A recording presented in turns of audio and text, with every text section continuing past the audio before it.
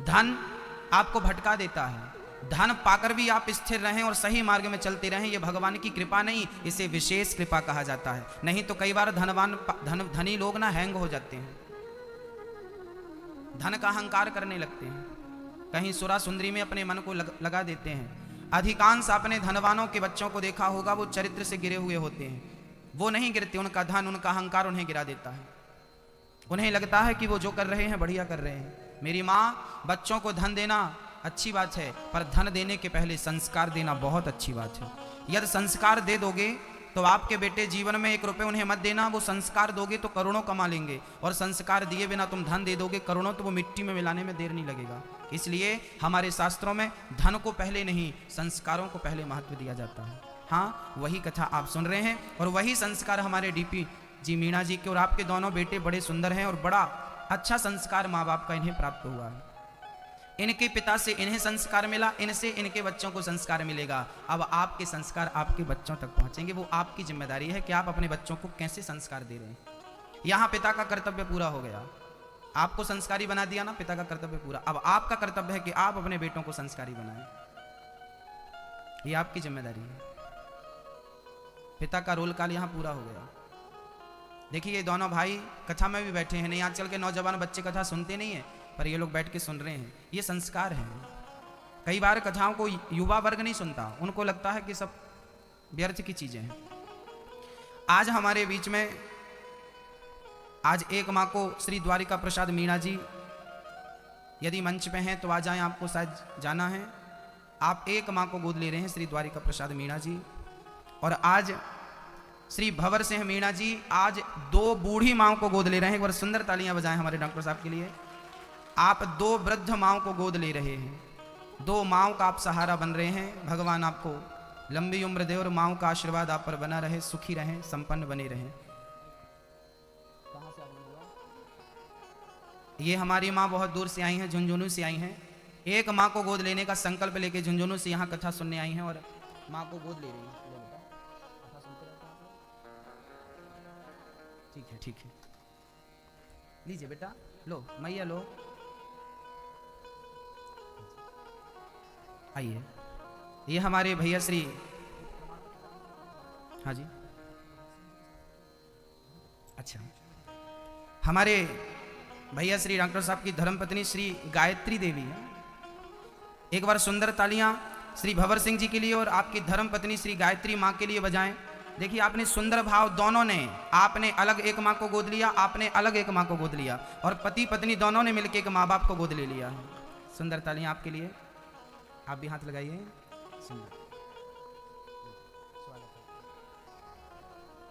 बहुत बहुत धन्यवाद आप सबका कि आप वृद्ध माओं की सेवा में इस प्रकार से सहयोग कर रहे हैं और सहभागी बन रहे हैं। भक्तों, हमारी कोई हैसियत नहीं है, हमारा कोई ताकत नहीं है, आप सबका प्यार और आप सबका सहयोग ही इस कार्य को आगे बढ़ा सकता है। अब आप अपना मानकर, अपना जानकर इस बूढ़ी माओं के, जो वृद्ध माओं को आज बच्चे लोग ठुकरा दे रहे हैं, ऐसी माओं का सहारा आपको किस प्रकार बनना है वो मर्जी आपकी है, काम आपका है, करना आपको है, कैसे करना है वो आप समझिए।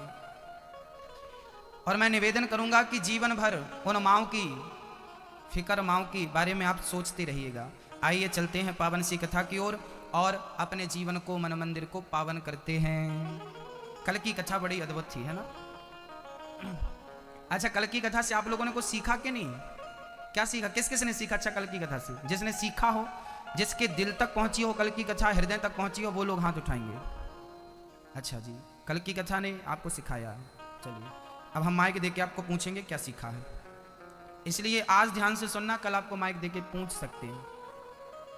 और मेरी प्रार्थना है कि कथा सुनने के बाद घर पर रिवीजन जरूर किया करो, डिस्कस किया करिए पति पत्नी। आज हमने कथा में ये सुना, ये बात हमें बहुत अच्छी लगी। बच्चों से बोला करो, बेटा तुमने क्या, इसलिए कथा में परिवार के सभी सदस्य आएंगे ना, तो कथा में 4 चांद भी लग जाएंगे और आपके संस्कार बढ़ जाएंगे। जब आप घर जाएंगे तो देवरानी जेठानी बात करेंगे कि आज हमने ये सीखा, ये सुना, आप हमने ये सीखा, ये सुना। इसलिए परिवार के सभी सदस्यों को बैठकर कथा सुननी चाहिए और कथा पूरी होने के बाद एक एक चैप्टर पर, एक एक दृष्टांत पर, एक एक शिक्षा पर हमें बात करनी चाहिए कि ये बात आज बहुत अच्छी बोली गई और ये बात हमने जीवन में धारण की, अब हमें इस मार्ग पे चलना है। भगवान कृष्ण का जन्म हुआ। जन्म लेते ही भगवान वसुदेव जी से बोले, पिताजी हमें जल्दी गोकुल छोड़ के आइए। पिताजी बोले बेटा हम जेल में बंद हैं, पाँव में बेड़ियाँ, हाथ में हथकड़ियाँ, हम आपको कैसे ले जा सकते हैं। तब भगवान बोले हमें धारण तो कीजिए, हम आपको लेके चलेंगे ना। जैसे ही भगवान श्री कृष्ण को वसुदेव जी ने गोद में लिया, क्या हुआ मेरी माँ, पाँव की बेड़ियाँ अपने आप खुल गईं, हाथों की हथकड़ियाँ अपने आप खुल गईं। तात्पर्य यह है कि जो ईश्वर को लेकर चलता है उसे दुनिया का कोई भी बंधन बांध नहीं सकता, क्योंकि परमात्मा उसके गोद में है, उसके हृदय में है। संसार के किसी बंधन में इतनी शक्ति नहीं कि वो उसे बांध दे। आज वसुदेव जी चले हैं, जेल के ताले अपने आप खुल गए। इसका तात्पर्य यह है कि जब आप परमात्मा को लेकर चलते हैं मन मंदिर में, तो आपके लिए मोक्ष के दरवाजे वैसे ही खुल जाते हैं जैसे जेल के ताले वसुदेव जी के लिए खुल गए। सारे गेट खुल गए, पहरेदार सो गए। अर्थात जो भगवान को लेकर चलता है, अर्थात जिसके हृदय में भगवान होते हैं, जो भगवान को याद करता है, उसके लिए द्वारपाल सारे सो गए ना। कंस के जितने भी द्वारपाल, ये द्वारपाल कौन थे, हमारी 10 इंद्रियां, 5 ज्ञानेंद्री प्लस 5 कर्मेंद्री। हमारी इंद्रियां कितनी होती हैं, हमारी इंद्रियां कितनी होती हैं, हमारी टोटल इंद्रियां कितनी होती हैं बताइए, 10। 5 ज्ञानेंद्री प्लस 5 कर्मेंद्री। ज्ञान इंद्री किसे कहते हैं, जिनसे हमें ज्ञान होता है। आंख से ज्ञान होता है रूप का, कान से ज्ञान होता है शब्द का, नाक से ज्ञान होता है गंध का, जिह्वा से ज्ञान होता है स्वाद का, और चमड़ी से ज्ञान होता है स्पर्श का। ये 5 ज्ञानेंद्री प्लस 5 कर्मेंद्री भी हैं, जिनसे हम कर्म करते हैं। हाथ से कर्म काहे का होता है, लेना देना। पांव से कर्म होता है चलना फिरना। मुंह से कर्म होता है बोलना बतलाना, ये मुख। और 2 गुप्तेंद्री, मूत्र द्वार और मल द्वार, जहां मलमूत्र व्यक्ति त्याग कर, वो भी एक कर्म है, वो इंद्री कर्म कर रही है, मलमूत्र त्याग रही है। टोटल 5 ये कर्मेंद्री 5, ज्ञानेंद्री 5, टोटल 10। इन 10 को संचालित कौन करता है, इन 10 इंद्रियों को संचालित कौन करता है, मन। कौन करता है, मन। मन यदि ना लगे तो आंख खुली होगी पर आप देख नहीं पाएंगे। कई बार आंख खुली होती है पर मन कहीं और होता है तो देख नहीं पाते आप। कई बार मन कहीं और होता है पर कान से आप सुन नहीं पाते क्योंकि मन कहीं और था। तो जब तक मन सपोर्ट ना करे तब तक कोई भी इंद्री काम नहीं करेगी। समझ रहे हैं। तो 10 इंद्रियों को संचालित करने वाला मन होता है। अच्छा, मन के ऊपर क्या होता है, मन को कंट्रोल कौन करता है, मन को आज्ञा कौन देता है, मन को कौन ठीक मार्ग दिखाता है, क्या नाम है उसका। मैं देखिए, आपने कंप्यूटर तो बहुत चलाया होगा, कंप्यूटर तो बहुत सीखा हो गया होगा। आज हम उस कंप्यूटर की बात कर रहे हैं जिस कंप्यूटर को परमात्मा ने बनाया। वो शरीर आपका कंप्यूटर, आप स्वयं एक कंप्यूटर हैं। हम उस कंप्यूटर को चलाना नहीं जानते पर इस कंप्यूटर को बहुत अच्छे से जानते हैं। हाँ, ये वही कंप्यूटर है जिसे ईश्वर ने डेवलप किया है। हाँ, मन के ऊपर कौन है, बुद्धि। मन क्या करता है वो मैं आपको बताता हूं। ये 100 रुपए हैं, 100 रुपए रास्ते में पड़े हैं। हमने 100 रुपए को देखा, रास्ते में पड़े थे, हम जा रहे थे, 100 रुपए को देखा। मन ने, आंखों ने देखा, मन बोला उठा लो, तभी बुद्धि बोली क्यों उठा लो, किसी और का है, हम क्यों उठाएं। मन बोलता नहीं नहीं खर्चा है, उठा लो, उठाओ। बुद्धि बोलती है नहीं नहीं नहीं गलत नहीं करेंगे, हम गलत छोड़िए, हम चोर छोड़िए। यदि आपका मन प्रबल है तो आप उठा लेंगे, यदि आप मन की सुनते हैं तो आप गलत करेंगे। पर बुद्धि जो निर्णय देगी वो सही निर्णय देगी। बुद्धि कहेगी नहीं उठाएंगे तो आप चले जाएंगे, नहीं उठाएंगे आप, क्योंकि मन को सही दिखाने, रास्ता दिखाने वाली कौन होती है, बुद्धि। अच्छा, बुद्धि के ऊपर क्या होता है, बुद्धि के ऊपर क्या है, बुद्धि किसके सारे पे काम करती है, बुद्धि के ऊपर क्या है। हाँ, बुद्धि के ऊपर होता है मेरी मां विवेक। लोग कहते हैं ना विवेक से काम करना, बूढ़े लोग कहते हैं बेटा विवेक से काम करना। किससे काम करना, क्योंकि बुद्धि सबके पास होती है।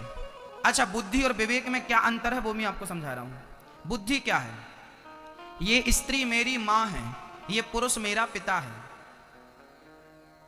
मैं बुद्धिमान हूं, मुझे मां की सेवा करनी चाहिए, मुझे पिता की सेवा करना चाहिए, ये मेरी बुद्धि। मैं बुद्धिमान हूं जो अपनी मां की सेवा करता हूं और अपने पिता की सेवा करता हूं। मां को मां के रूप में देखना, पिता को पिता के रूप में देखना, ये बुद्धिमान हो सकता है पर विवेकशील नहीं हो सकता। विवेकशील कैसा है, बोले विवेकशील वो होते हैं जो ये कहते हैं कि ये मेरी मां नहीं, ये मां के रूप में भगवान है और मैं मां की नहीं भगवान की सेवा कर रहा हूं। ये विवेकशील पुरुष के लक्षण है।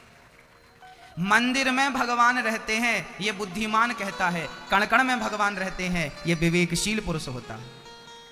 जिसे मंदिर में भगवान दिखाई पड़े वो बुद्धिमान हो सकता है, विवेकशील नहीं हो सकता। विवेकशील वही है जिसे कण कण में परमात्मा का बोध हो, वो कौन सा है? वो विवेकशील है। अब देखना ये होगा कि जयपुर में कितने लोग विवेकशील हैं। अच्छा, विवेक के ऊपर कौन है काम करने वाला? विवेक के ऊपर कौन है? विवेक के ऊपर है आत्मा, जो पावर है, जो सबको चार्ज करती है। आत्मा के ऊपर है सीधा परमात्मा। ये शरीर का सिस्टम आपको समझा दिया गया।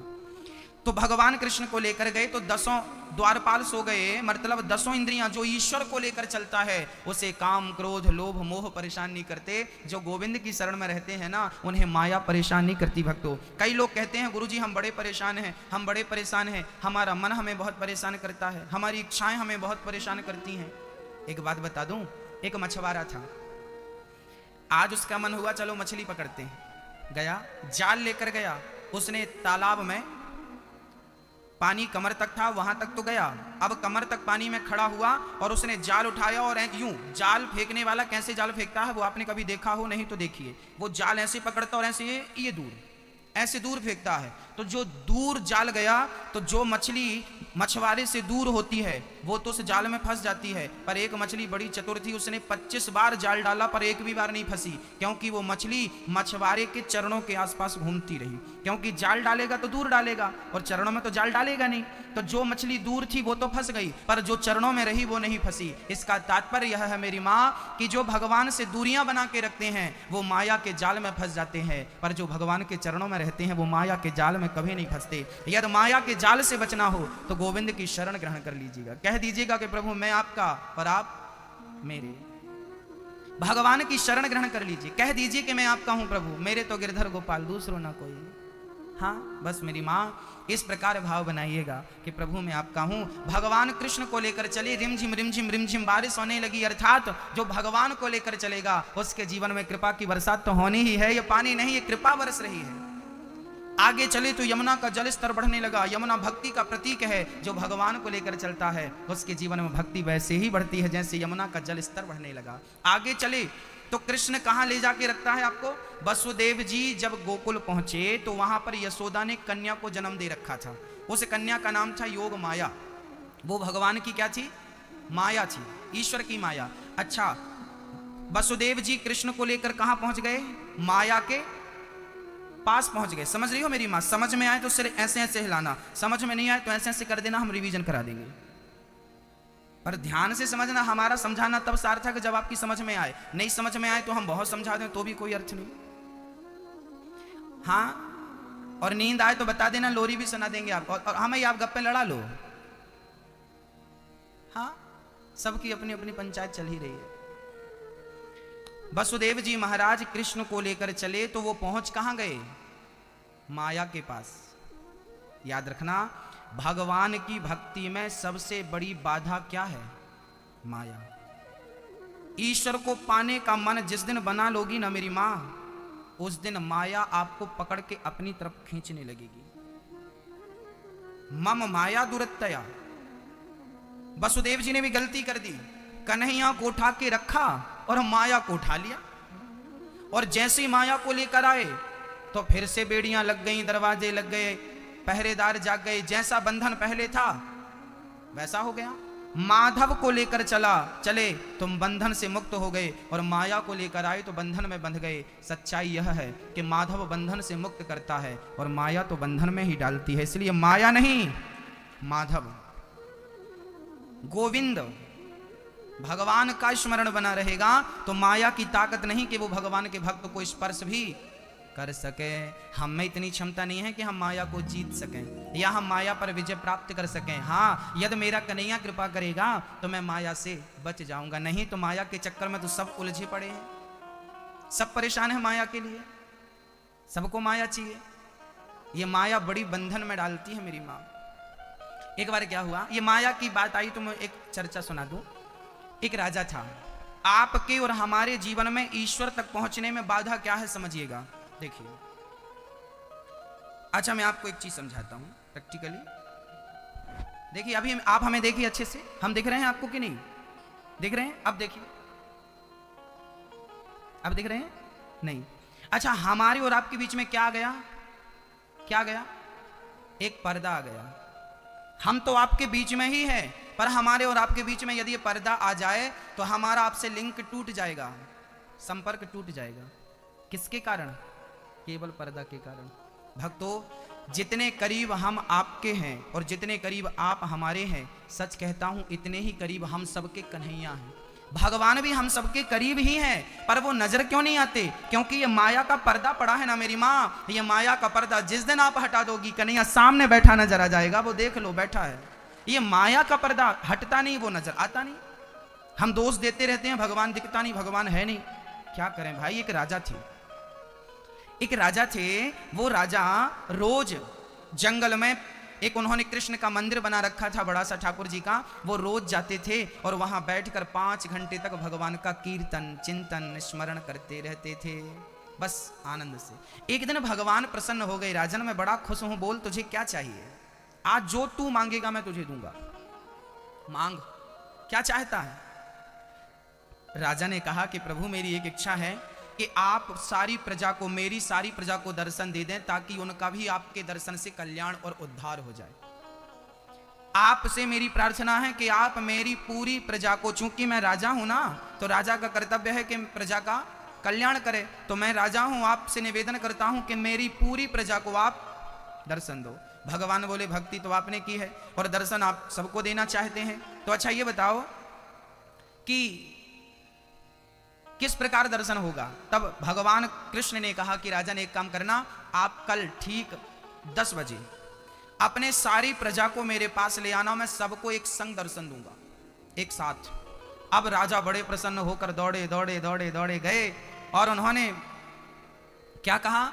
उन्होंने भगवान से जो बात हुई वो सारी प्रजा को सुनाया। सुनो, आज भगवान हम सबके बीच में कल आएंगे 10 बजे, सब तैयार हो जाना। गांव में डिंडोरा पीट दिया गया, कानों कान खबर फैल गई कि कल भगवान 10 बजे मिलने वाले हैं। चलेगा? कौन कौन चलेगा? सारे बच्चों से लेके बुढ़ों तक ने हाथ उठाए, सब चलेंगे। दूसरा दिन हुआ, सबने सवेरे 4 बजे स्नान किया और सबने ढोल नगाड़े मंजीरा झांझ ली और कीर्तन करते हुए चल पड़े। श्री कृष्ण गोविंद हरे मुरारी, हे नाथ नारायण वासुदेव। सारे लोग कीर्तन करते हुए श्री कृष्ण गोविंद हरे मुरारी, सारे लोग कीर्तन करते जा रहे हैं, चलते जा रहे हैं, चलते जा रहे हैं। अच्छा क्या हुआ जरा समझिएगा। गांव के लोग जैसे ही अपने गांव से कीर्तन करते हुए निकले, श्री कृष्ण गोविंद हरे मुरारी, हे नाथ नारायण वासुदेव कीर्तन करते हुए जब निकले, जैसे ही जंगल की सीमा में उन्होंने पग रखा, क्या हुआ? गांव वालों ने देखा कि पैसों का ढेर लगा था, पैसों का ढेर लगा था। अब गांव वालों ने पहली बार इतना पैसा देखा, गांव वाले चढ़ गए ढेर के ऊपर, सारे लोग ढेर पे चढ़े। राजा समझा रहे हैं भैया आगे भगवान है, चलो उतरो, पैसा आके समेट लेना वापसी में। गांव वालों ने कहा इतना पैसा नहीं मिला, कर्जा बहुत था, उतर जाएगा, अब आप एक काम करो, आप लोग चलो हम आ रहे हैं। पर राजा ने रिक्वेस्ट किया, निवेदन किया, तो कुछ समझदार थे, 10-15 लोग उतर गए। पूरे गांव की भीड़ में कितने लोग उतर गए? 10-15 लोग। नहीं नहीं, हम तो भगवान को पाने आए हैं, हम क्यों उलझे पैसों में? समझदार थे, उतर गए। राजा बोले चलो जितनों को मिले उतनी सही। 15 लोगों को लेकर राजा साहब आगे बढ़े। भगवान है भाई, अभी भी उतर जाओ ना। आगे 100-200 कदम बढ़ाया तो आगे सोने का ढेर, सोना ही सोना, सोना। अब ये 15 लोग पागल हो गए, ये 15 लोग चढ़ गए सोने के ढेर में। राजा ने फिर हाथ जोड़ा, भाई साहब ये भगवान आगे मिलेंगे, सोना में मत उलझो। 15 में से 14 ने कहा कि साहब हमारे ऊपर तो बड़ा कर्जा था, भगवान से कहना कल मिलेंगे, हम आज नहीं मिल सकते भगवान से। एक आदमी उतर गया, अब 2 हो गए, राजा और एक वो आदमी, वो समझदार था ना, वो उतरा। जैसे ही राजा ने 200-300 कदम आगे बढ़ाए तो आगे हीरे मोती का ढेर। अब वो एक जो बचा था, अब उसको रहा ना गया, पैसा छोड़ दिया, सोना छोड़ दिया, हीरा कौन छोड़े? एक हीरा करोड़ों का था। अब लो भैया, वो आदमी एक चढ़ गया। राजा ने बहुत समझाया, भाई तू ही अकेला कर ले दर्शन, भगवान खड़े हैं, टाइम हो रहा, 15 मिनट बचा है, चल चल चल चल। नहीं माना, कहा राजा साहब क्षमा करना, भगवान से कहना कल मिले, हम जरूर आएंगे। अब वो चढ़ा रहा, राजा मंदिर गए, वहां भगवान खड़े थे। भगवान मुस्कुराने लगे, राजन कल तो बोले थे गांव वालों को लाएंगे, गांव वालों को तो लाए नहीं, आप अकेले आ गए।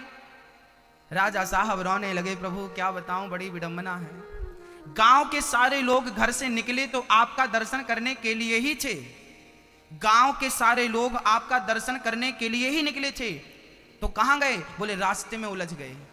रास्ते में उलझ गए? बोले कहां? बोले कोई धन में उलझ गया, कोई सोने में उलझ गया, कोई हीरे मोती में उलझ गया।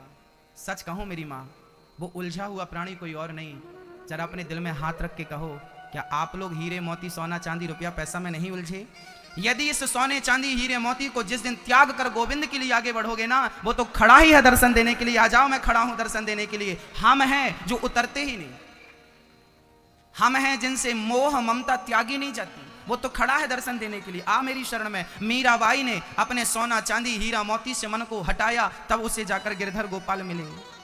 मन लगाई रहती तो आज बताइए मीरा को कौन जानता, मीरा नाम हम सबके बीच में होता क्या? भक्तों, राजा ने एक प्रश्न किया। राजा ने कहा, प्रभु मुझे एक बात समझ में नहीं आई। बोले क्या?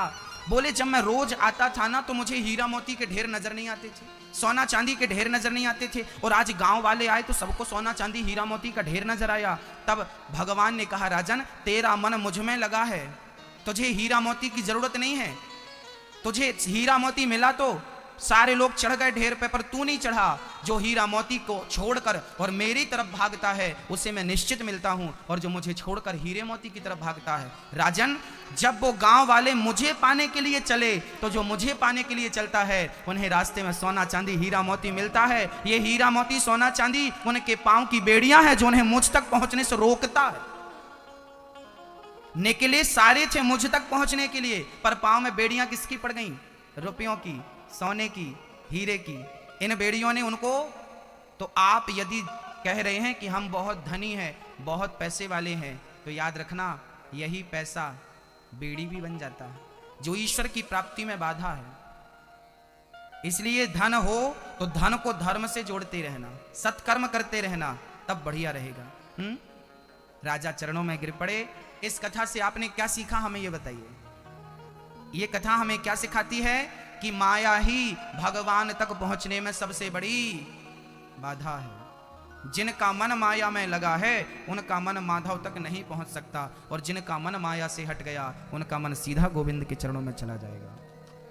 माया माया सब कहें, माधव कहे न कोय, और एक बार माधव कहे सो माया चेरी होए। याद रखना भक्तों, जब भगवान को तुम पालोगे ना, तो माया फिर बड़ी बात नहीं है, माया तो मिलेगी ही मिलेगी। माया को पाना बड़ी बात नहीं है। आज सारे ब्रज में उत्सव चालू हो गया। हाँ, सारे ब्रजवासी लाला के जन्म की बधाई देवे लगे। हाँ, सारे लोग बधाई दे रहे हैं, शंकर जी भी बधाई देने के लिए आ गए। भगवान कृष्ण के हाथों में जो बंसी है ना, वो बंसी शंकर जी ने दी थी, और शंकर जी ही बांसुरी बनकर भगवान के हाथों में चले गए। मैया लाला को दर्शन कराए दे। मैया बोली, बाबा तो को दर्शन ना कराए सकूंगी। क्यों बाबा, काय ना दर्शन करावेगू? शंकर जी बोले, मैया काय ना दर्शन कराएगी? मैया बोली, बाबा तेरी शकल बड़ी डरावनी है, हमारो छोरा देखेगो तो डर जावेगो, मैं दर्शन ना कराए सकूं। अच्छा, शंकर जी बोले, मैया तो मैं कैसे दर्शन करूंगा, जब तक तू दर्शन ना कराएगी मैं या द्वार को छोड़ूंगा ना है। मैया बोली, बाबा ऐसे 40 दरवाजे हमारे घर में है, मैं ये दरवाजे को खोलूंगी ना है। शंकर जी बोले, मैया दर्शन कराए दे, मैं झगड़ा ना करूं। मैया बोली, तो बाबा का धमकी दे मोकू, क्या करेगो तू बोल। शंकर जी बोले, राम राम। अच्छा, मैया भी कोई ऐरे गहरे नच्छू खैरे की मैया छोड़ी है, जगत के पालनहार की मैया है, तो आज उसकी बातें तो शंकर जी को भी सुननी पड़ेंगी। कोई ऐरे गहरे की मैया थोड़ी है वो, जगत के पालनहार की मैया है वो। अब शंकर जी बोले, मैया दर्शन कराए। जब मैया बोली, बाबा चुपचाप बैठो रहा, चले जा अपने घर में, दर्शन ना कराए सकूंगी। थारी सकल गले में इतने बड़े बड़े सांप तेने लटका रखे हैं, तेरी सकल छोरा देखा को डर जावेगो। मैया, अब मैया दर्शन ना कराई, दरवाजो याने बंद कर लियो। तब कन्हैया से भगवान ने कहा, प्रभु मोको दर्शन कराओ। तब भगवान रोने लगे। अब मैया दौड़ी दौड़ी गई, का है गो छोरा को, का है गो, गोद में ले दूध पिलाए, पर कन्हैया चुप ना भय। राई नौन से नजर उतारी, पर चुप ना भय। गाय की पूंछ से नजर उतारी, पर भगवान चुप ना भय। अब मैया बोली, राम राम, का है गो। शंकर जी बोले, मैया यहाँ को भूत लग गए। अब मैया डर गई भूत को नाम सुन के, बाबा सच्ची बोल छोरा को भूत लग गए का? हाँ मैया या को भूत लग गए। अब मैया रोए भी लगी, राम राम भूत कैसे उतारूं मैं, मुझको तुम भूत उतारनो ना आवे। शंकर जी बोले मैया परेशान होए भी की जरूरत ना है, मैं सबन के भूत उतारूं, हमारे पास लाओ मैं आके भूत उतार दूं। शंकर जी बोले मैया भूत उतरवानो है तुम्हारे पास ला। मैया बोली बाबा सच्ची बोली हूं आपसे भूत उतारनो आए। शंकर जी बोले मैया हम तो अच्छे अच्छों के भूत उतार दें, तुम्हारे छोरा की भूत नहीं उतार देंगे, लाओ। और जैसे ही मैया कन्हैया को गोद में देती है, लाला खिलखिला के हंसवे लगे। आज शंकर जी की गोद तक पहुंचने के लिए भगवान को रोना पड़ा। तब शंकर जी ने मन से कहा कि प्रभु जब आप राम बनकर आए तब मैं हनुमान बनकर आपकी सेवा में लगा रहा, अब आप कृष्ण बनकर आए हैं, मैं आपकी सेवा किस भांति करूं। तब कन्हैया बोले प्रभु जो आपकी मर्जी है सो कर लो। तब भगवान शंकर ने अपने आप को बंसी बना लिया, गए वो हमें लड़ाते गए, हाँ लड़ाते गए। राजस्थान के इस राजा से उस राजा को लड़ाया, उस राजा से उस राजा को लड़ाया, उस राजा से उस राजा को लड़ाया, लड़ाकर फूट डालते गए, समाज में फूट डालते गए, ब्राह्मण क्षत्रियों में। जब इतने में भी काम नहीं चला तो बांट कर चले ही गए। हम तो जा रहे हैं पर तुम लड़ते रहना। आज भी हमारे भारत में दंगे होते हैं कि नहीं? क्यों होते हैं भाई, क्यों होते हैं? हम में अक्ल नहीं है इसलिए होते हैं, हम में समझ नहीं है इसलिए होते हैं। थोड़ी सी समझ होती तो हम सब एक हैं, झगड़ा ना होता। बहुत गंभीरता से समझिएगा। हमारे भारत में ना हर साल एक त्योहार मनाया जाता है बड़ी धूमधाम से, उसे कहते हैं नवरात्रि। राजस्थान में मनाते कि नहीं? नवरात्रि में किसको बिठालते हैं हम? माता जी को। माता जी के कितने हाथ होते हैं? माता दुर्गा मैया के कितने हाथ होते हैं बताइए? कितने? 7 8 अष्टभुजाधारी। अब यहां जो आदमी भगवान को नहीं मानता वो आदमी प्रश्न करे कि क्यों भाई तुम्हारी कैसी माता है 8 हाथ की, तुमने कभी 8 हाथ की महिला को देखा? जो भगवान को नहीं मानता ना वो भगवान को लेके बहुत सारे प्रश्न करता है। आज मैं हर प्रश्न को उठाऊंगा और उसका समाधान दूंगा कि इसके पीछे कारण क्या है। तुम नहीं जानते हो इसका मतलब ये नहीं कि नहीं जानते हो तो इसका कारण गलत है, हम बताएंगे आज। समझिए, आप केवल समझिएगा। दुर्गा मैया के 8 हाथ हैं। कोई आपसे कहे क्यों भाई तुम्हारी दुर्गा मैया है, उनके तो 8 हाथ हैं, किसी महिला के 8 हाथ हो सकते हैं? ये पागल लोग हैं, दुर्गा मैया की पूजा कर रहे हैं। उनको समझाना कि हम पागल नहीं है, पागल तू है। केवल दुर्गा मैया के 8 हाथ नहीं होते मेरी मां। अच्छा ये बताओ बेटा, आपकी मां है कि नहीं? आपकी बेटी है कि नहीं? पत्नी है कि नहीं? बहन है कि नहीं? अच्छा ये बताओ आपकी मम्मी के कितने हाथ हैं? आपके पत्नी के कितने हाथ हैं? जो लोग कह रहे हैं कि मेरी पत्नी के 2 हाथ हैं, जो लोग कह रहे हैं कि मेरी मम्मी के 2 हाथ हैं, सच कहता हूं अभी तक आपने अपनी पत्नी को और अपनी मम्मी को जाना नहीं। आज मैं आपको जनाऊंगा। हर नारी के, हर स्त्री के 2 हाथ नहीं होते, हर स्त्री के 8 हाथ होते हैं। दुर्गा मैया, ये जितनी महिलाएं बैठी हैं सबकी सब दुर्गा हैं, इन सबके 8 हाथ हैं। कैसे हैं? बोले एक नारी ही एक ऐसी है जो एक समय में 8 काम कर सकती है। कैसे? बेटे को टिफिन बनाओ, बेटा टिफिन, बेटे के लिए सवेरे जल्दी उठती है, पति सो रहा खर्राटे देके, सास ससुर सब सो रहे हैं, वो जल्दी उठ गई, जल्दी पराठे बना रही है बेटे के लिए टिफिन, तब तक पति ने आवाज लगाई चाय, तुरंत चाय चढ़ा दिया। एक समय पे 2 काम। हाँ, तब तक ससुर जी ने घंटी बजाई, बहू हाँ हाँ जी पिताजी क्या हुआ? ओ बहू मेरा चश्मा नहीं मिल रहा, अभी आई, वो चश्मा ढूंढ के देती है। यहाँ बेटे का टिफिन तैयार करती है, यहाँ पति की चाय तैयार करती है। एक समय में 4 काम करने वाली केवल नारी होती है, और 4 काम मतलब 8 हाथ। हाँ या ना?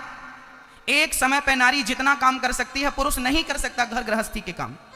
तो नारी को दुर्गा कहा गया है। और इसका एक तात्पर्य और है, दुर्गा जी के 8 हाथ क्यों हैं? क्योंकि दुर्गा जी कहना चाहती हैं, क्योंकि दुर्गा हम सबकी मां है और दुर्गा कहना चाहती है। अच्छा कितने लोगों को खड़ा करोगे तो 8 हाथ हो जाएंगे? 4 लोगों को खड़ा करोगे तो हाथ कितने होंगे? 4 लोग कौन कौन है? ब्राह्मण क्षत्रिय वैश्य शूद्र। तुम चारों ब्राह्मण, तुम क्षत्रिय, तुम वैश्य, तुम शूद्र, तुम चारों जिस दिन एक साथ खड़े हो जाओगे, दुर्गा मैया शेर की सवारी करती है। दुर्गा मैया कहती है कि जिस दिन तुम चारों एक हो जाओगे तो तुम शेर की सवारी कर पाओगे। तुम एक बनो तो सही। तुम्हें एक बनाने के लिए वो दुर्गा मैया आती है और एकता का पाठ पढ़ा के चली जाती है। पर जय माता दी कहने वाले बहुत मिलेंगे, दुर्गा मैया विराजमान है उसका आशय जानने समझने वाले लोग नहीं मिलेंगे। हाँ, दुर्गा मैया शेर की सवारी करती हैं, शेर की सवारी कौन कर सकता है? बोले जिसमें संगठन हो वो शेर की सवारी। जहां सुमति तहां संपत्ति नाना, जहां कुमति तहां विपत्ति निदाना। जिस घर में एकता होती है ना मेरी माँ, वो घर घर नहीं होता, स्वर्ग बन जाता है। और जिस देश में एकता हो जाएगी, वो देश देश रहेगा कि दुनिया का गुरु बन जाएगा। भारत विश्व गुरु था। क्यों था? क्योंकि भारत में एकता थी, इसलिए विश्व गुरु था। आज वो एकता टूट गई, इसलिए हम विश्व गुरु नहीं है।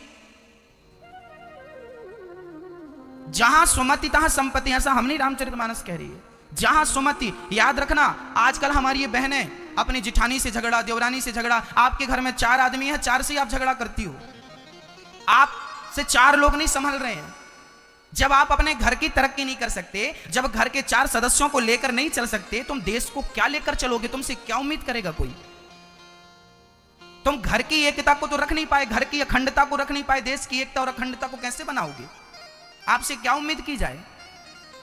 देश तब चलेगा जब हम चूल्हे पे चावल पकाते हैं ना मेरी माँ, चावल का एक ही दाना दबा के देखा जाता है कि पक गया कि नहीं। एक पक गया तो सारा पक गया। घर में एकता का पाठ पढ़ा लोगे तो देश में एकता आ जाएगी। घर में एकता नहीं आएगी तो देश में कभी एकता नहीं आएगी। एक झाड़ू पूरे घर को साफ करती है, पर वही झाड़ू ना, यदि झाड़ू टूट जाए, बिखर जाए, वो झाड़ू यदि बिखर जाए तो वो झाड़ू खुद कचरा बन जाती है।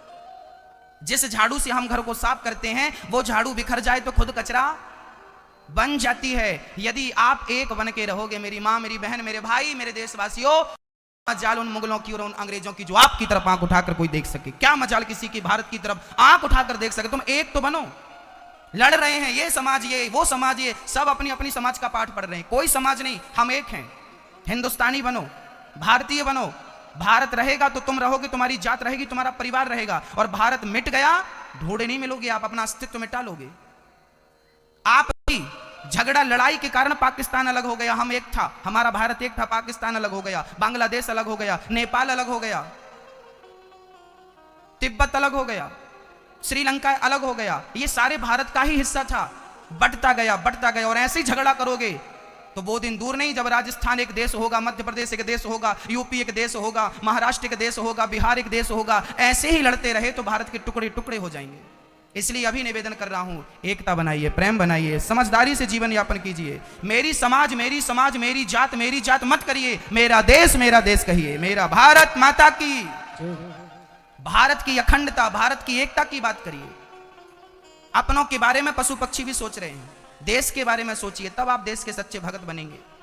राष्ट्र भक्ति भी करना आनी चाहिए आपको। पेट भक्ति तो सब कर रहे हैं। राष्ट्र भक्ति, राष्ट्र रहेगा तो सब रहेगा, राष्ट्र नहीं रहेगा कुछ नहीं रहेगा। राष्ट्र प्रथम होना चाहिए। अब कई लोग ना आपसे प्रश्न करेंगे, अच्छा गणेश जी का वाहन क्या है? गणेश जी का वाहन क्या? एक आदमी हमसे बोला, महाराज जी तुम्हारे भगवान कैसे हैं? हमने कहा क्यों? बोले गणेश जी का वजन 70-80 किलो होगा। हमने कहा होगा। बोले चूहे का वजन? बोले 2 किलो। तो बोले 80 किलो का आदमी चूहे के ऊपर बैठेगा, चूहा मर नहीं जाएगा? ये कैसा है? ये कभी कभी कुतर्क आपके भी दिल दिमाग में कोई डाल देता होगा कि गणेश जी 70-80 किलो के आदमी, हट्टे कट्टे लड्डू खाने वाले, और ये चूहा अच्छे से अच्छा खाता पीता चूहा होगा तो ज्यादा से ज्यादा 2 किलो का होगा। तो गणेश जी चूहे के ऊपर बैठेंगे तो चूहा मर नहीं जाएगा? आइए मैं गणेश जी का चूहे के ऊपर बैठने का तात्पर्य, हमारे देवी देवताओं को समझना होना तो उसके पीछे आपको शास्त्रों का अध्ययन करना पड़ेगा। गणेश जी चूहे के ऊपर क्यों बैठे हैं समझिएगा।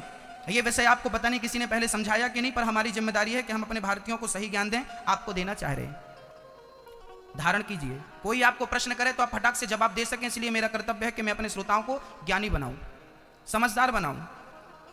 गणेश जी चूहे के ऊपर क्यों बैठे हैं? अच्छा समझते हैं, आध्यात्म सब्जेक्ट समझते हैं। ये आध्यात्म विषय है, ये सबके बस का नहीं है, पर आप समझिए। गणेश जी किसके देवता हैं? बोलो बोलो। गणेश जी बुद्धि के देवता हैं। गणेश जी किसके देवता हैं? हाँ या ना? गणेश जी बुद्धि के देवता हैं। और चूहा क्या है? बोले चूहा तर्क का स्वरूप है। चूहा क्या है? चूहा तर्क है। तर्क का प्रतीक कौन है? तो बुद्धि गणेश जी और तर्क चूहा। तो बुद्धि हमेशा तर्क पे ही सवार होती है, इसलिए गणेश जी चूहे पे सवार है, क्योंकि गणेश जी बुद्धि और तर्क चूहा। बुद्धि किस पे सवार होती है? तर्क पे। अब ये बात आपको समझ में नहीं आई, मैं दूसरे तरीके से समझाता हूं। गणेश जी बुद्धि है, और जो चूहा होता है ना, वो कभी शांत नहीं बैठता। चूहा कुतर कुतर कुतर कुतर करता रहता, वो कुछ ना कुछ कुतरता रहता। जैसे चूहा कभी शांत नहीं बैठता, कुछ ना कुछ करता ही रहेगा, ऐसे हमारा मन भी चूहे की तरह कभी शांत नहीं बैठता, कुछ करता रहता है। तो बोले चूहा शांत कब होता है? जब गणेश जी बैठ जाते हैं। तो मन शांत कब होगा? बोले जब बुद्धि गणेश जैसी निर्मल होगी तो मन शांत हो जाएगा। मन पर विजय प्राप्त करने का भाव चूहे के ऊपर गणेश जी का बैठना, ये इस अर्थ से वो अर्थ सिद्ध हो गया। गणेश जी का चूहे पे बैठने से कौन सी बात सिद्ध हो गई? कि बुद्धि तर्क पर सवार होती है। और बात भी सही है, बुद्धि किस पे सवार होती है? बोलिए जोर से, आप पढ़े लिखे हैं। बुद्धि किस पे सवार होती है? बुद्धि तर्क पे सवार होती है। और गणेश जी बुद्धि है और चूहा तर्क है। दूसरा भाव चूहा मन है। तो मन को कंट्रोल करना हो तो बुद्धि कैसी हो? गणेश जैसी हो। तो गणेश जी जब चूहे के ऊपर बैठेंगे, मतलब मन के ऊपर बैठेंगे, तो मन कंट्रोल हो जाएगा। ये तात्पर्य है चूहे का गणेश जी के ऊपर, गणेश जी का चूहे के ऊपर। अच्छा, हम लोग पढ़ते हैं तो मैं देखिए कुछ बातें समझाऊंगा, आपको समझना पड़ेगा। मैं केवल एग्जांपल दे रहा हूं, केवल इसलिए आप समझ सकें। अब दूसरी बात समझते हैं। मां सरस्वती का वाहन क्या है? हंस। माता सरस्वती हंस पर क्यों बैठी हैं? कौए पर क्यों नहीं बैठी? मोर पर क्यों नहीं बैठी? हंस पर क्यों बैठी? माता सरस्वती किसकी देवी हैं? विद्या की।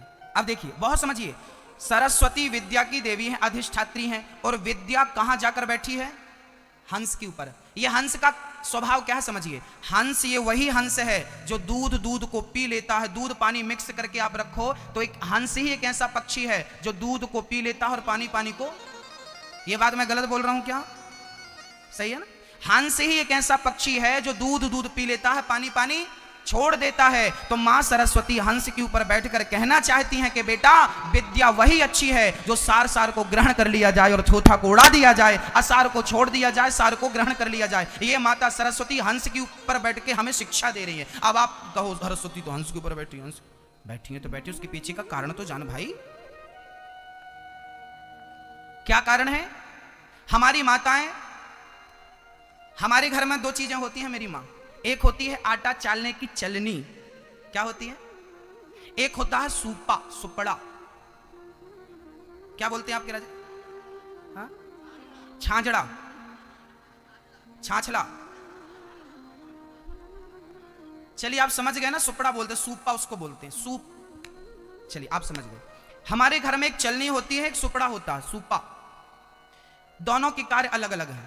चलनी जो होती है ये अच्छी चीजों को गिरा देती है और बुरी चीजों को बचा लेती है। चलनी, आटा गिर जाता है, उसका कचरा रह जाता है। जबकि सुपड़ा अलग काम करता है।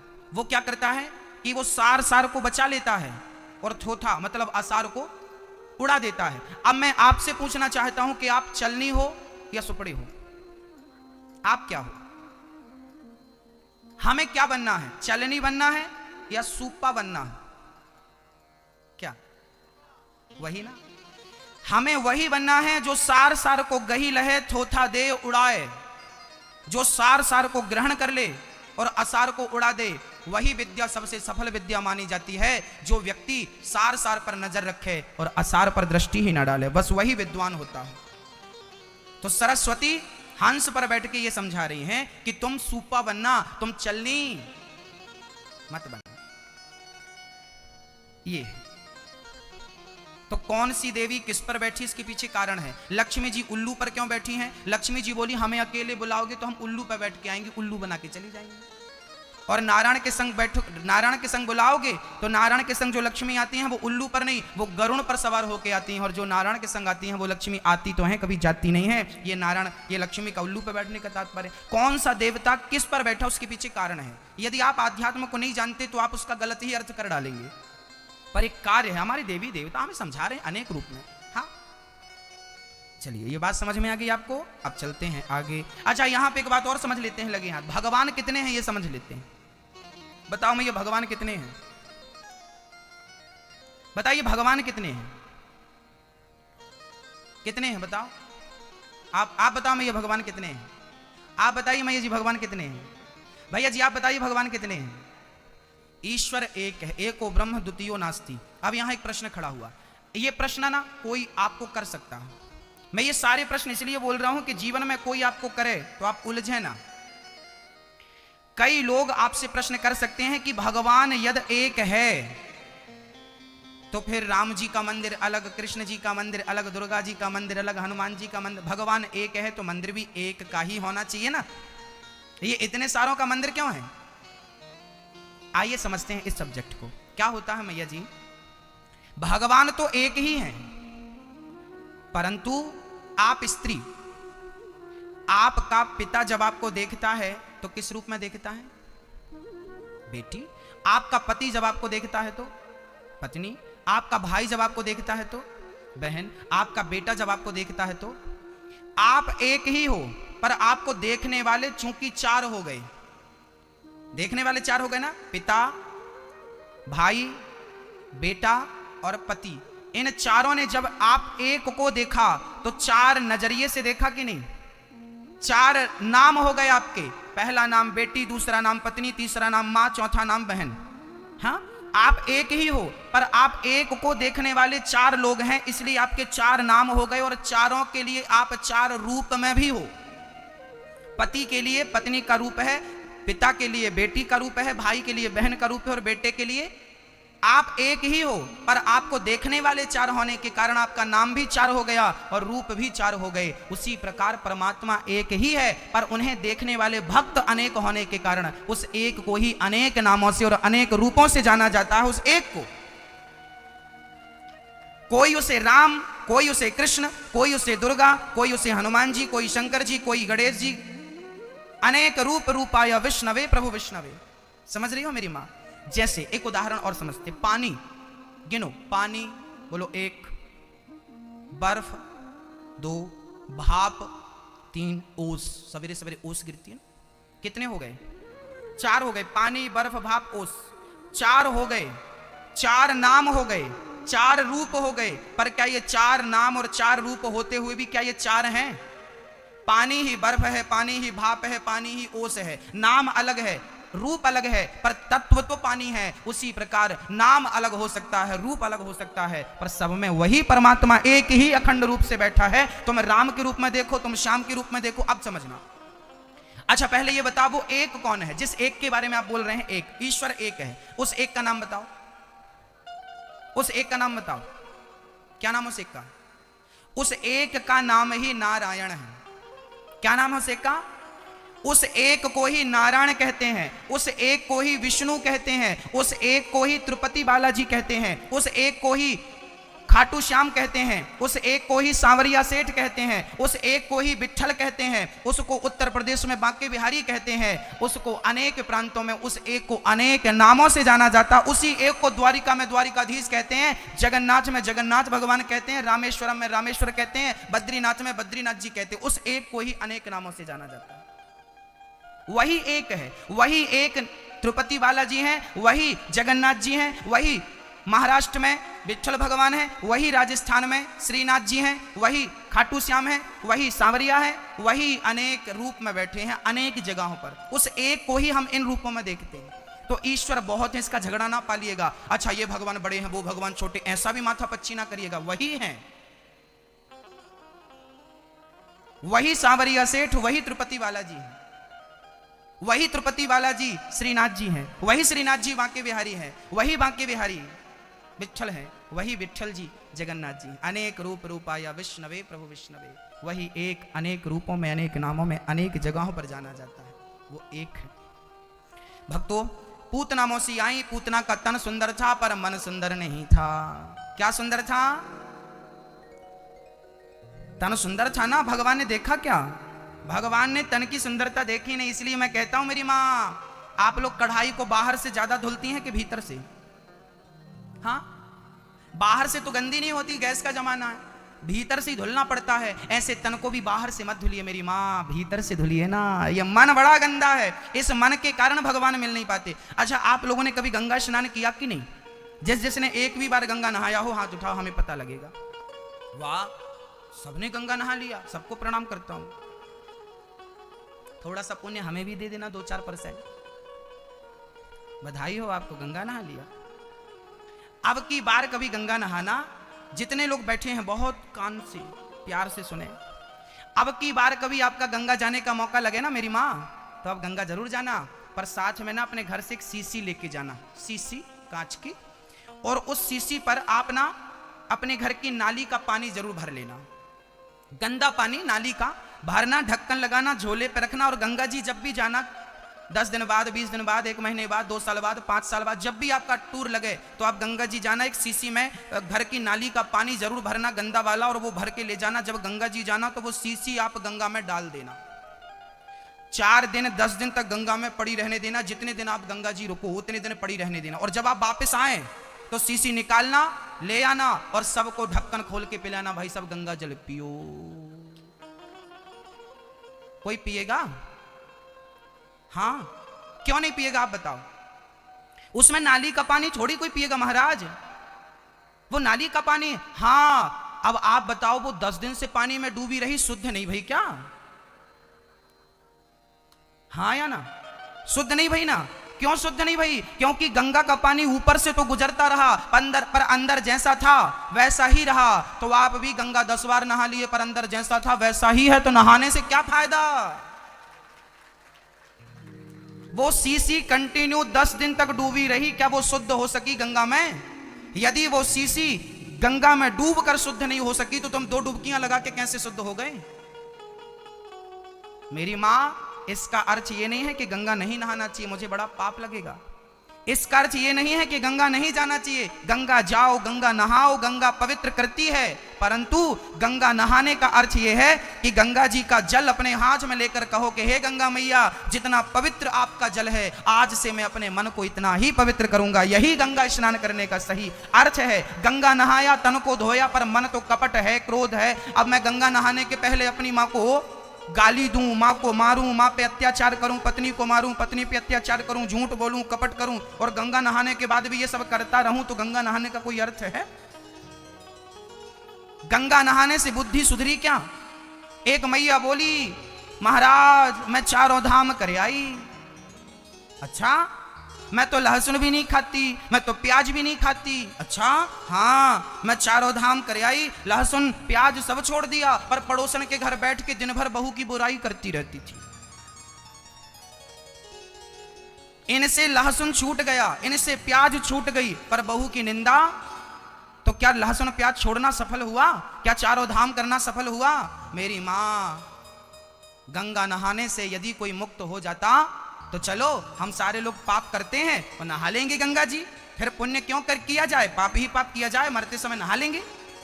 मेरी मां, पाप का फल भोगना पड़ेगा, चाहे तुम गंगा नहाओ। पितामह भीष्म गंगा पुत्र थे कि नहीं?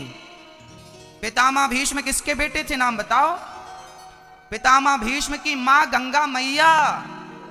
पितामह भीष्म जैसों को अपने पापों का फल बाणों की सैया में लेटकर भोगना पड़ा कि नहीं? यदि गंगा के बेटे को भी पापों का फल भोगना पड़ा तो हम किस खेत की मूली हैं भक्तों? हमें भी अपने किए का फल, हाँ, तुमने जो गंगा स्नान किया है उसका फल भी तुम्हें मिलेगा, पुण्य मिलेगा, पर जो तुमने पाप किया है वो नष्ट नहीं होगा, भोगना पड़ेगा। इसलिए कहता हूं, पाप से बचना रे बाबा, भोगना पड़ता है, देर सवेर भोगना पड़ेगा। कि गंगा में जाकर बंदे तन की तू मैल धोता, गंगा में जाकर बंदे तन की तू मैल धोता। जो मन की मैल न धोई, जो मन की मैल न धोई, गंगा गया तो क्या हुआ। परमात्मा ना पाया, मेरे श्याम को ना पाया। परमात्मा ना पाया, मेरे श्याम को ना पाया। परमात्मा ना पाया, मेरे श्याम को ना पाया। परमात्मा ना पाया, मेरे श्याम को ना पाया। परमात्मा ना पाया, पाया जन्म तो क्या हुआ। परमात्मा ना पाया, पाया जन्म को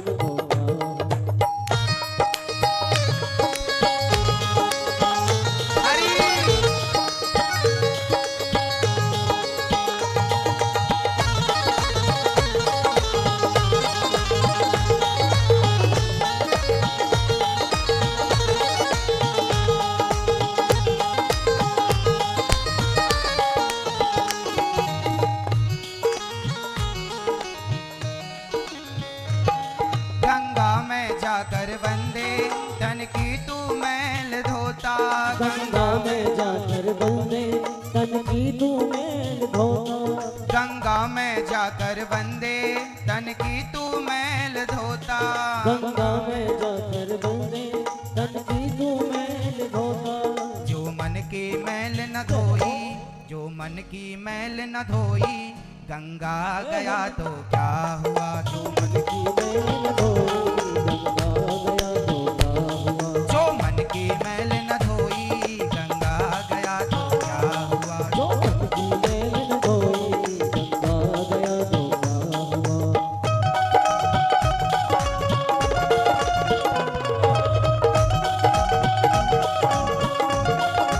हरी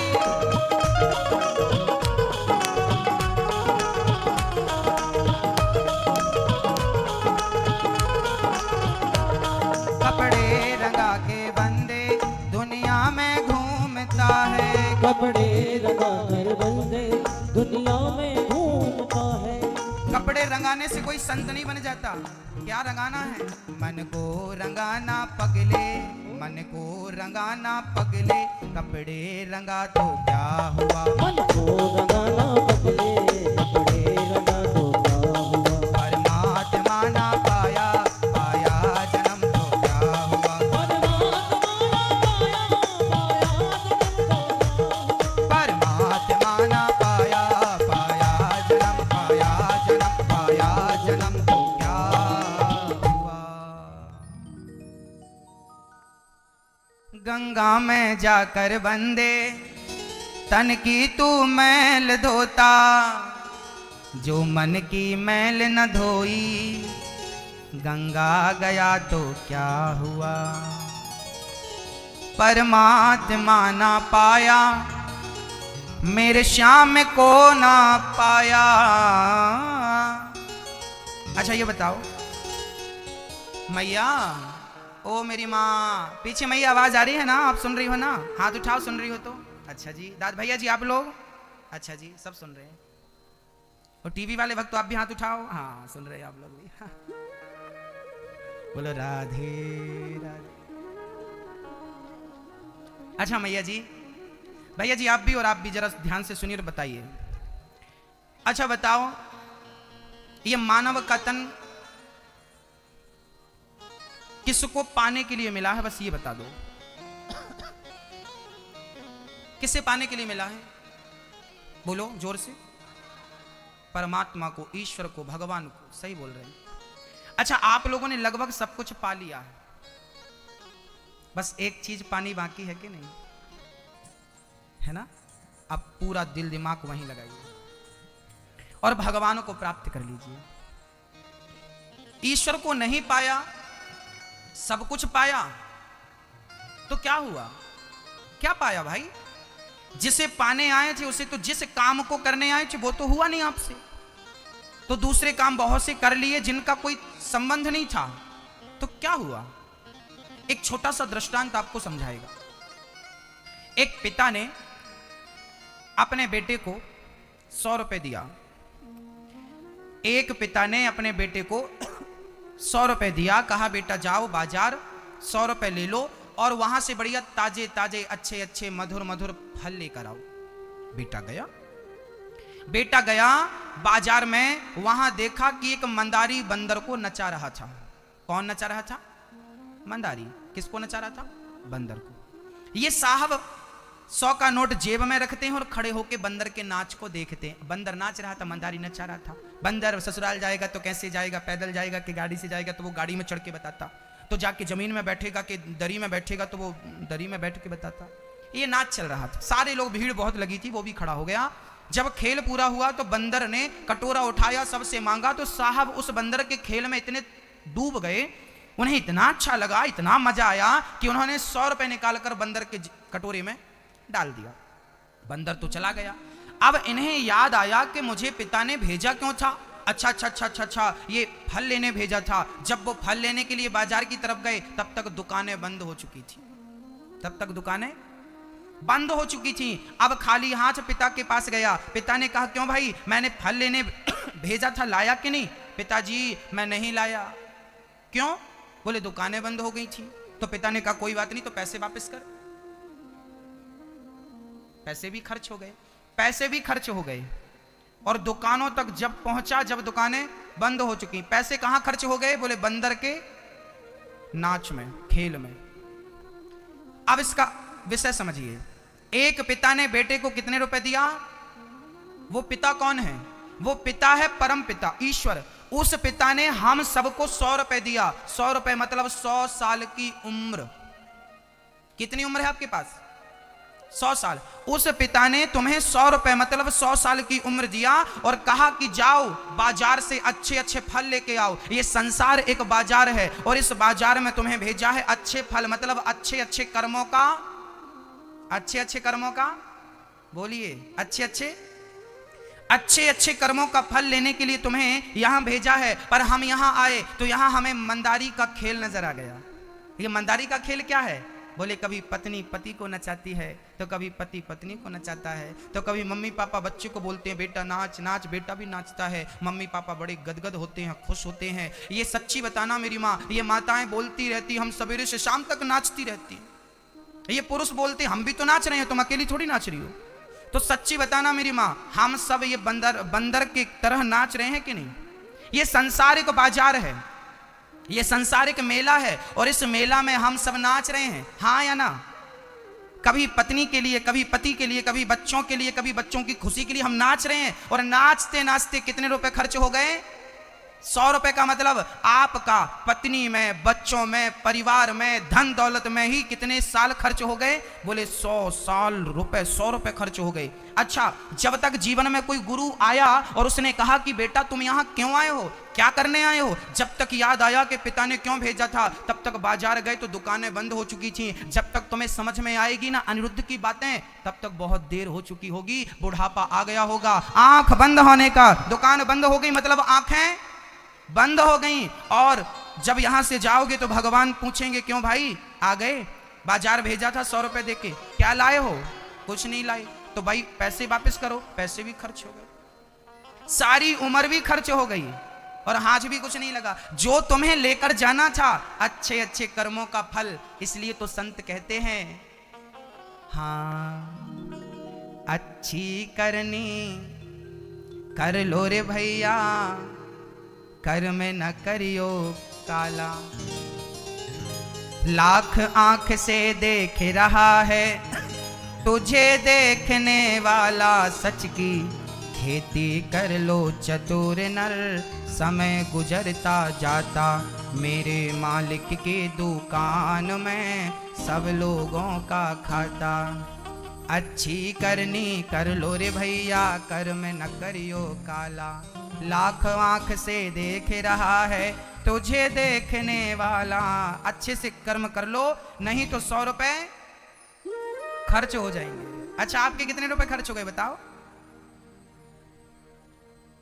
25 साल के हो तो 25 रुपए खर्च हो गए, 50 साल के हो तो 50 रुपए खर्च हो गए, 80 साल के हो तो 80 रुपए, इतना खर्च हो गए। अब ये बताओ मिला क्या? 50 तो खर्च हो गए, प्रॉफिट क्या? बोले महाराज जी बच्चे हैं हमारे, बंगला है हमारा। बच्चे तो चिड़ियों के भी होते हैं, कुत्ता बिल्ली के भी बच्चे होते हैं। और रही तुम्हारे बंगले की बात, तो आपका बना घर की छत कभी कभी ना टपकती है, और चिड़िया तो ऐसा घर बनाती है बिल्कुल वाटरप्रूफ होता है। चिड़िया का घोंसला आपने देखा कभी? अच्छा, आपने नहीं देखा होगा कि देखा होगा, हमें नहीं पता। ये चिड़िया ना कहीं पढ़ने नहीं जाती, पर कितना बढ़िया घोंसला बना, डबल मंजिल बनाती है, हाँ या ना? बताइए। तो पेट भरना और घर बनाना चिड़ियों को भी आता है कि नहीं? चिड़ियों को आपने घर बनाते देखा होगा, पेट भरते देखा होगा, भोग करते देखा होगा, पर माला लेके राम राम जपते नहीं देखा होगा। क्योंकि भगवान को पाने के लिए तो केवल मानव का तन है। इस तन से यदि तुम भगवान को नहीं पाए तो सब कुछ पाया तो क्या पाया? हाँ, कहीं 100 रुपए पूरे ना चले जाएं। किसी के 80 रुपए खर्च हो गए, किसी के 99 खर्च हो गए, बस एक ही बचा है। 1 रुपए का कर लो रे बाबा सदुपयोग, वो भी खर्च हो जाएगा, हाथ से निकल जाएगा। एक दिन भगवान पूतना मौसी भगवान को उठाती है। पूतना का तन सुंदर मन सुंदर नहीं, भगवान ने पूतना ने उठाया। पूतना के स्तनों में जहर था, भगवान ने पूतना का जहर पिया, फिर प्राण पी गए। पूतना चिल्लाई बालक छोड़ दो छोड़ दो। भगवान बोले मौसी जी हम जल्दी से पकड़ते नहीं है, और पकड़ लेते हैं तो फिर कभी छोड़ते नहीं है। यहाँ पकड़ने का सिस्टम है, छोड़ने का कोई ऑप्शन नहीं है। पूतना के प्राणों का पान किया भगवान ने, पूतना धड़ाम से गिर गई, पूतना का उद्धार हो गया। ये पूतना कौन थी?